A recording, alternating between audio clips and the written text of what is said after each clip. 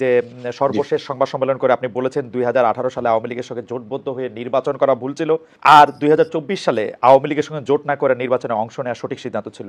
কিন্তু আমরা সেটাই দুটিকেই দেখতে চাই যে, বা কেউ কেউ এটিকে দেখতে চায় যে মাহি ভাই এটা হচ্ছে আপনার সুবিধাবাদী একটা অবস্থান। 2018 সালে এক ধরনের সুবিধাবাদ নিয়ে আসলে নির্বাচনে গিয়েছিলেন, 2024 সালে আপনার সাথে বনিবনা হয়নি বলে আপনি সেই নির্বাচনে যান নাই।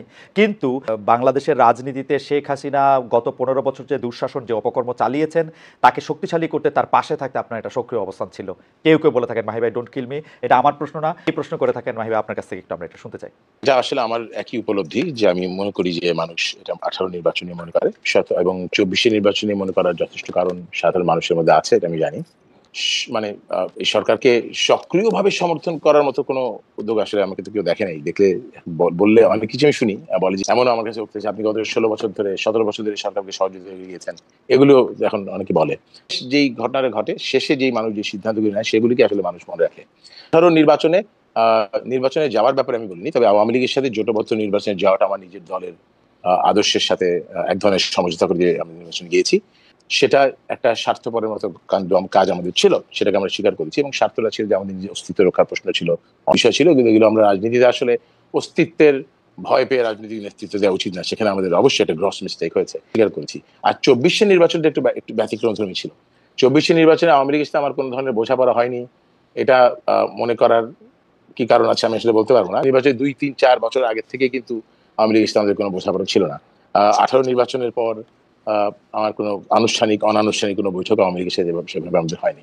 যেখানে কোনো ধরনের বোঝাপড়াই যেখানে ছিল না, সেখানে নির্বাচনে যাওয়ার সম্ভাবনা আসলে প্রথম থেকেই জানতাম যে পরবর্তী নির্বাচন এখানে আমরা করছি না, এই সিদ্ধান্ত আমাদের মধ্যে মোটামুটি হয়েছিল। আমাদের নির্বাচনে অংশগ্রহণ করার মূল কারণ ছিল আওয়ামী লীগ সরকারের সময় বিরোধী দলগুলোর জন্য রাজনীতি করাটা খুব কঠিন ছিল, এবং আমাদের দল তো খুব বড় দল না, তো ছোট দল। সেখানে 24 নির্বাচনের অংশগ্রহণ না করতে পারলে আমরা আমাদের রাজনৈতিক অবস্থান ব্যাখ্যা করতে পারবো না, এরকম একটা ধারণা আমাদের ছিল। কারণ আমরা কিন্তু নির্বাচনে প্রচারণার সময় কিন্তু আমাদের পুরো আমরা যে আবার we have come back to our own philosophy, সেটা প্রকাশ করবার জন্যই কিন্তু তখন নির্বাচন করেছি। আপনি দেখবেন যে নির্বাচনের বিষয়ে কিন্তু অনেক দলের সাথে আলোচনা হয়েছে। নির্বাচনের আগে আমার রাজনৈতিক বন্ধুদের সাথে আলোচনা হয়েছে, এবং সবাই আমাকে তখন বলেছি, আমি প্রথম থেকেই বলেছি যে না, আমি আওয়ামী লীগের সাথে সমঝোতা নির্বাচন করবো না, আমি করবো, নির্বাচনটা না করলে আমি আমার রাজনৈতিক অবস্থার ব্যাখ্যা করতে পারবো না। পদক্ষেপগুলো আমরা শুধুমাত্র 24 নির্বাচন নিয়েছিলাম।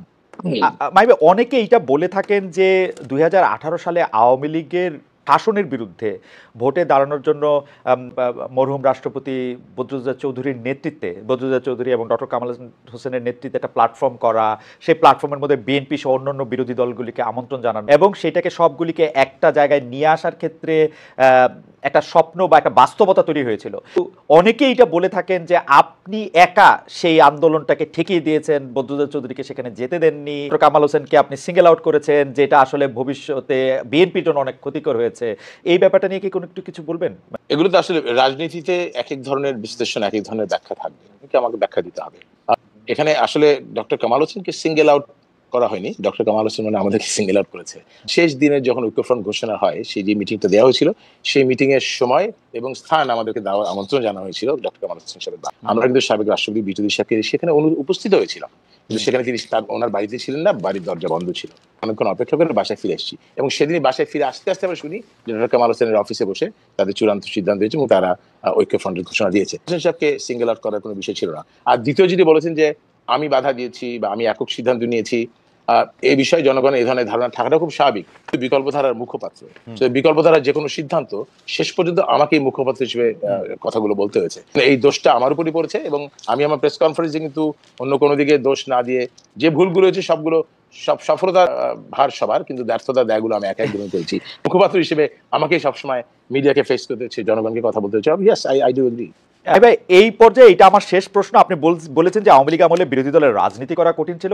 আপনি যেটা করেছেন বা বিকল্প ধারা যা করেছে, মানে মরহুম রাষ্ট্রপতি জনাব চৌধুরীকে এর মধ্যে আনতে চাই না, আমি আপনাকেই বলতে চাই, আপনি যেটা করেছেন সেটাকে কি রাজনীতি বলা যায়? অনেকে মানে বাংলাদেশের ইতিহাসে যদি কেউ এটা দাবি করে যে এটা ষড়যন্ত্র, এটা লেজুর বৃত্তি, আপনি এটা কিভাবে, মানে না মাহি ভাই, এটা আপনি কিভাবে বলবেন?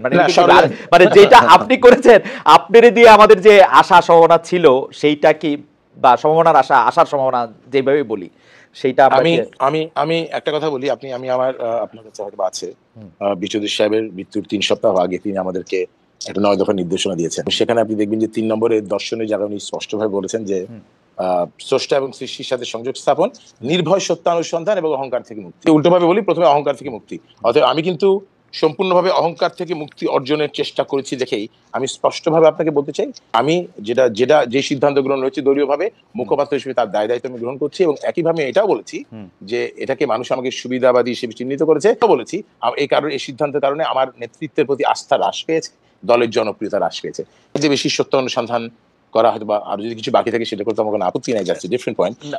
কিন্তু এখানে আমি মনে করি যে কাজটা আমরা, যে সিদ্ধান্ত আমরা নিয়েছি, কিন্তু রাজনীতিতে এরকম সিদ্ধান্ত অনেক হয়েছে, কিন্তু বিকল্প ধারার স্বপ্ন দেখে এ ধরনের প্রচলিত রাজনীতির সিদ্ধান্ত গ্রহণ আমাদের একটা গ্রস মিস্টেক ছিল, এবং সেটা আমি স্বীকার করছি।